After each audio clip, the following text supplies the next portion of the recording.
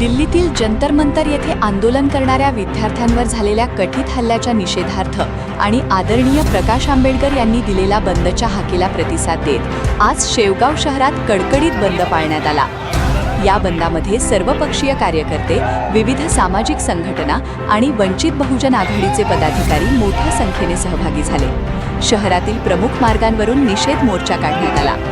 या मोर्चाचे नेतृत्व वंचित बहुजन आघाडीचे महाराष्ट्र प्रदेशाध्यक्ष किसन चव्हाण यांनी केले।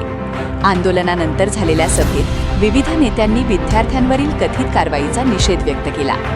किसन चव्हाण यांनी आपल्या भाषणात विद्यार्थ्यांवरील बलप्रयोग थांबवण्याची मागणी करत भारतीय राज्यघटनेने प्रत्येक नागरिकाला शांततापूर्ण आंदोलनाचा अधिकार दिला असल्याचे सांगितले। सरकारने विद्यार्थ्यांच्या मागण्यांवर लोकशाही मार्गाने विचार करावा असेही त्यांनी नमूद केले।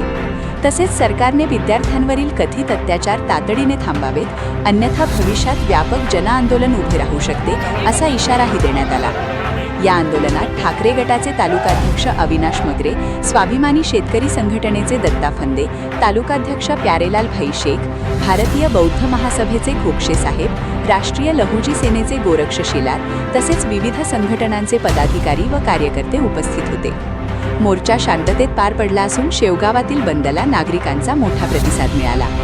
कॅमेरामॅनसह प्रतिनिधी विजय सरमगर, आवाज जनतेचा न्यूज।